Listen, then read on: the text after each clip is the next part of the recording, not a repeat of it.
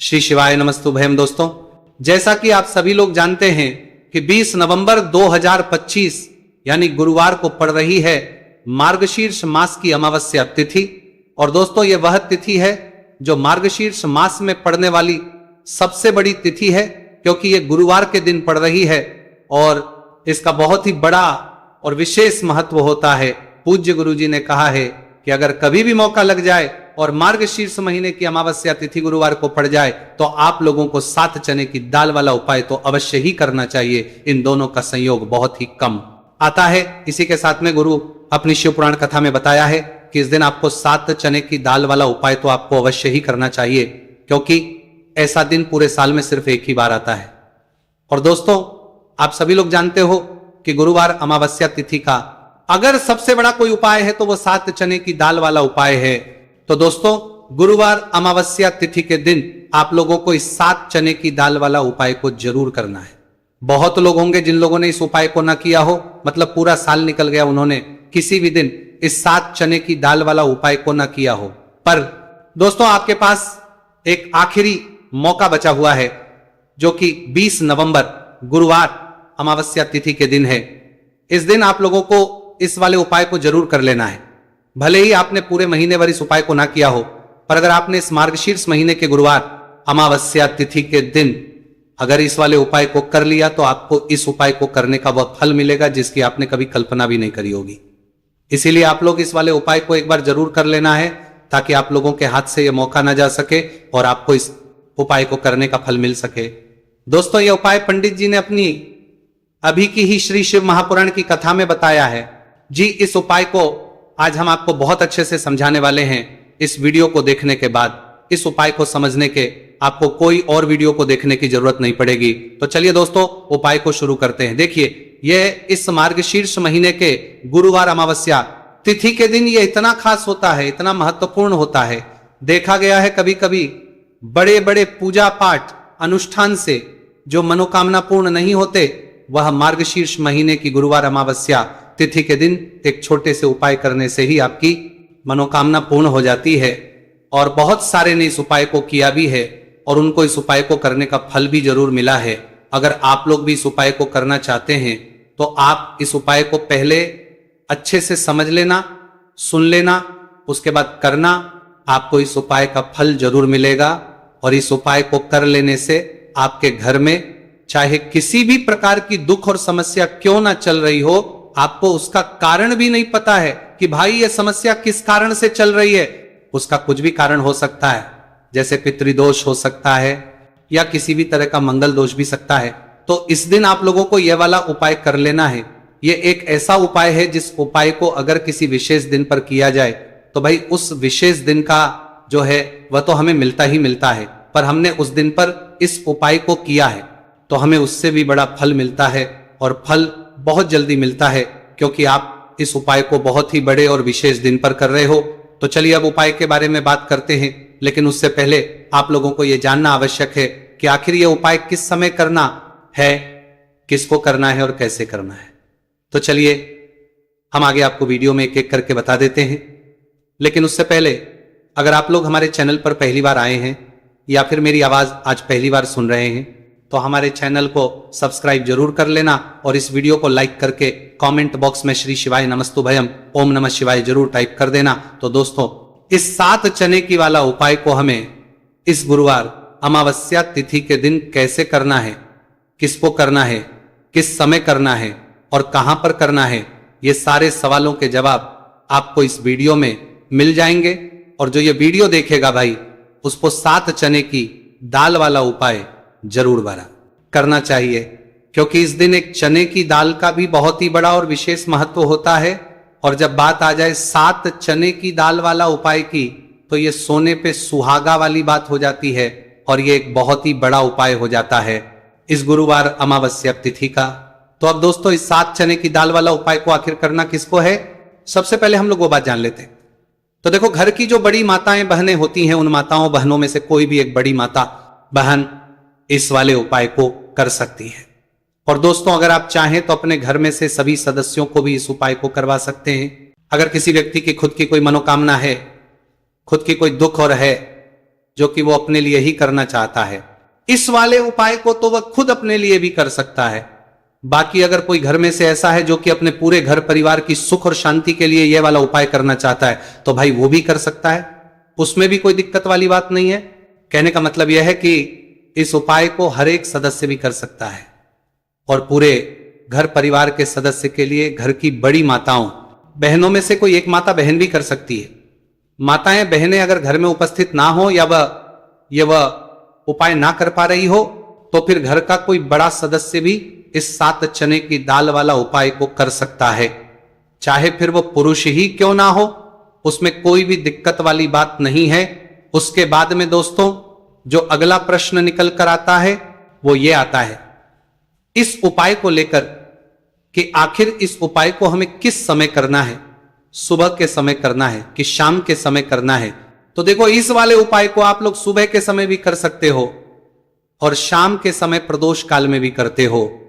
अब अगर आप पूछो कि भाई सबसे उत्तम समय कौन सा रहेगा इस 7 चने की दाल वाला उपाय को करने का, तो हम आपसे बस यही कहेंगे कि इस उपाय को आप सुबह के समय करेंगे तो ज्यादा बेहतर होगा।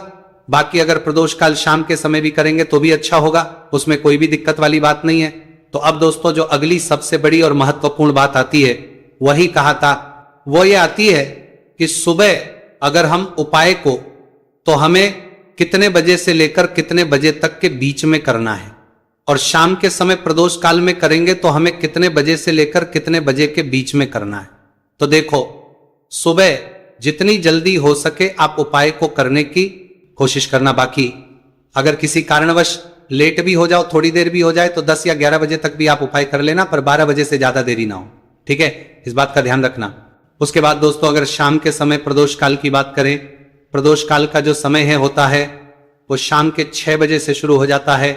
मतलब शाम के 6 बजे से लेकर 7 बजे के बीच का जो समय होता है, यह समय प्रदोष काल का समय होता है।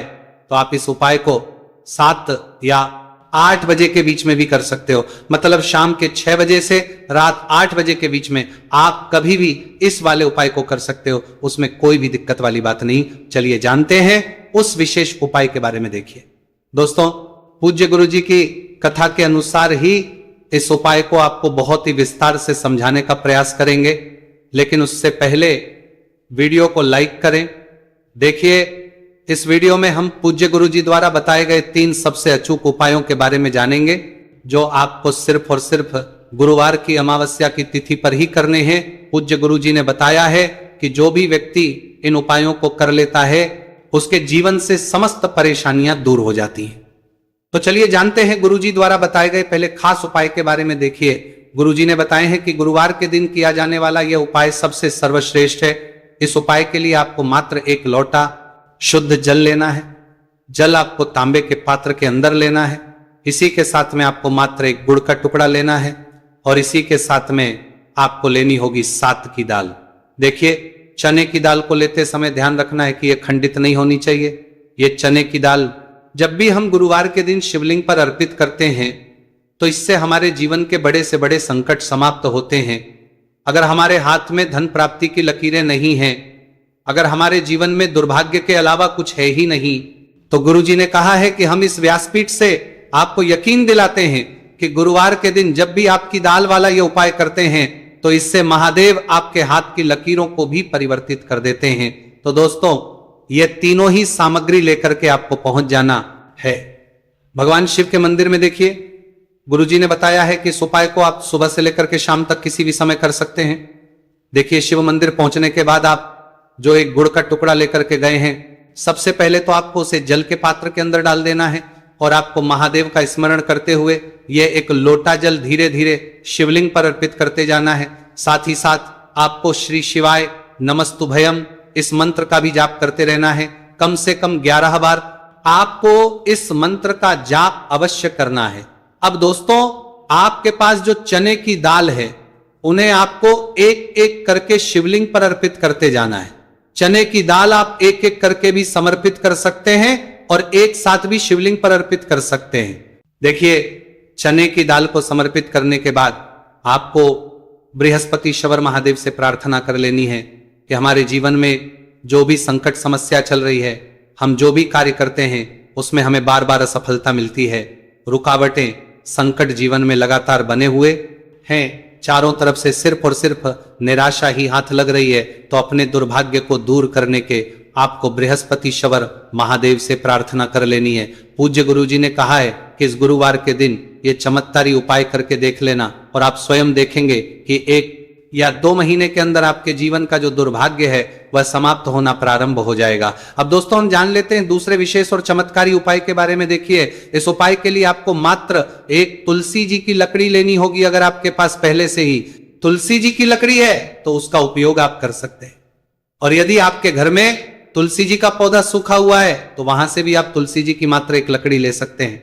देखिए, इस उपाय के लिए आपको मात्र एक मिट्टी का दीपक लेना है, इसमें आपको शुद्ध घी का प्रयोग करना है, और इस दीपक के अंदर आपको ये जो तुलसी जी की लकड़ी है इसे रख देना है। इस लकड़ी को आपको पूरा घी के अंदर डुबो देना है, चारों तरफ अच्छे से घी लगा देना है, और आपको इस दीपक के अंदर इस लकड़ी को रख लेना है। देखिए, यदि आपको ऐसा लगता है कि तुलसी जी की जो लकड़ी है वो बहुत ही जल्दी से जल जाती है, तो आपको एक कार्य करना है।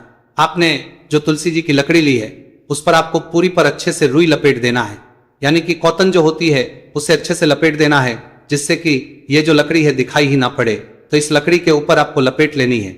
अब इसी लकड़ी के ऊपर जो आपने रुई लपेटी है उस पर आपको अच्छे से घी लगा लेना है, और उस दीपक के अंदर आपको इसे डाल देना है। अब देखिए, इस दीपक को आप भगवान विष्णु के वहां पर भी प्रज्वलित कर सकते हैं, या फिर भगवान विष्णु के किसी भी स्वरूप के सामने आप इसे प्रज्वलित कर, जो पर में लगातार यह गया कि ये जो प्रज्वलित कर सकते हैं, या फिर आपके घर में जो माता तुलसी जी का पौधा है वहां पर भी इस दीपक को आप प्रज्वलित कर सकते हैं। पूज्य गुरु जी ने कहा है कि जो भी व्यक्ति इस 20 नवंबर 2025 गुरुवार की अमावस्या तिथि पर यह तुलसी जी की लकड़ी का दीपक प्रज्वलित कर देता है तो उसके जीवन में कभी भी धन संपदा की कमी नहीं होती है। देखिए, ये जो उपाय है आपने कार्तिक में अमावस्या तिथि पर किया होगा, लेकिन इस बार मार्गशीर्ष मास की अमावस्या तिथि है, गुरुवार का दिन भगवान विष्णु को समर्पित होता है, और ये जो दीपक है हम विशेषकर भगवान के निमित्त ही प्रज्वलित कर रहे हैं। तो इस दीपक को आप इस महीने की गुरुवार की अमावस्या तिथि पर भी प्रज्वलित कर सकते हैं। देखिए, ये जो दीपक है विशेषकर आपको शाम के समय यानी कि सूर्यास्त के बाद ही करना है। अब दोस्तों हम जान लेते हैं गुरुजी द्वारा बताए गए तीसरे बहुत ही चमत्कारी और विशेष उपाय के बारे में। देखिए, इस उपाय के लिए आपको एक बेलपत्र लेनी है, और इसी के साथ में आपको 2 शमी पत्र लेना है। देखिए, आप जो बेल लेंगे वो कहीं से भी खंडित नहीं होनी चाहिए, इस बात का आपको विशेष रूप से ध्यान रखना है। देखिए, मान लीजिए कि यदि आपके पास बेलपत्र नहीं है तो आप भगवान शिव के शिवलिंग पर चढ़ी हुई बेलपत्र को पुनः शुद्ध जल से धो करके उसका उपयोग भी कर सकते हैं। इसी के साथ में आपको मात्र थोड़ा सा लाल चंदन लेना होगा। देखिए, सभी सामग्री लेकर के अब आपको पहुंच जाना होगा भगवान शिव के मंदिर में। देखिए, भगवान शिव के मंदिर में पहुंचने के बाद आपके पास जो एक बेलपत्र है उसकी चिकनी साइड में आपको देखिए, आप सभी को पता है कि बेलपत्र में 3 पत्तियां होती हैं। तो बेलपत्र की जो ऊपर वाली बड़ी पत्ती होती है और नीचे वाली जो 2 छोटी पत्तियां होती हैं उसकी चिकनी साइड पर आपको, यानी कि जो छोटी पत्तियां होती हैं वहां पर आपको एकाएक शमी पत्र जो आप लेकर आए हैं उन्हें छोटी पत्तियों के ऊपर रख देना, और इन्हीं शमी पत्र के ऊपर आपको लाल चंदन की एक एक बिंदी लगा देनी है। अब आपको ये जो बेलपत्र है इसी प्रकार से शिवलिंग पर अर्पित कर देनी है, लेकिन आपको बेलपत्र को समर्पित करते समय गतिमान का नाम लेना है। देखिए, गतिमान जो है वह हनुमान जी के छोटे भाई हैं, और पूज्य गुरुजी ने बताया है कि गतिमान का नाम लेकर ही आपको यह उपाय करना है, क्योंकि आपके शरीर के जो भी रोग हैं उन्हें भगवान गतिमान दूर करने वाले इस उपाय को करने के बाद आपकी जो भारी से भारी बीमारी है वह भी भगवान गतिमान की कृपा से दूर होने वाली है।